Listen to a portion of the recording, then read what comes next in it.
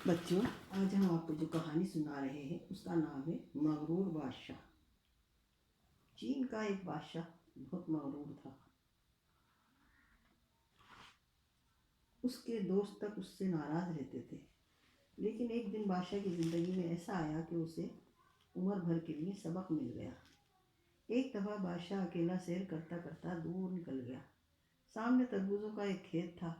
بادشاہ کو پیاس لگی۔ وہ بوڑھے کسان کے پاس گیا اور اکڑ کر کہنے لگا، میرے لیے تربوز لاؤ۔ کسان نے بادشاہ کو پہچان لیا۔ اس نے ادب سے کہا، حضور، میں ابھی تربوز توڑ کر لاتا ہوں۔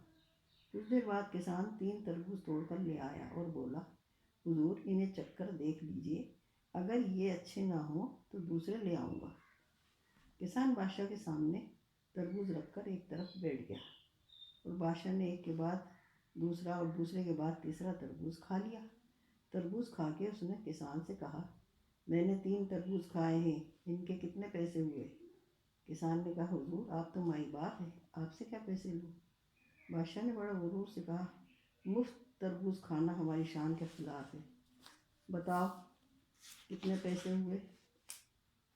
کسان نے کہا، آپ ضد کرتے ہیں تو جو جی چاہے دے دیجیے، میں چپ چاپ لے لوں گا۔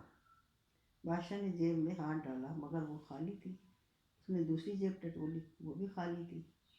اس کے پاس پھوٹی کوڑی تک نہ تھی۔ وہ گوؤں کی طرح ٹکر ٹکر کسان کا منہ تکنے لگا۔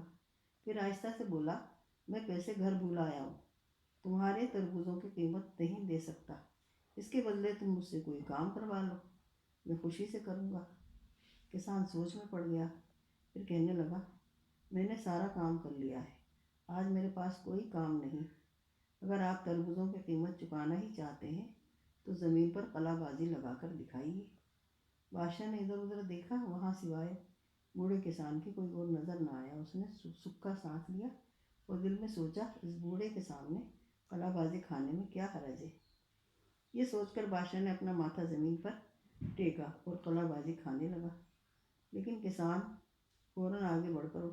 نے فوراً آگے بڑھ کر اسے روک دیا اور ادب سے بولا، حضور، بس اتنا ہی کافی ہے۔ بادشاہ کھڑا ہو گیا اور کسان کی طرف غصے سے دیکھنے لگا۔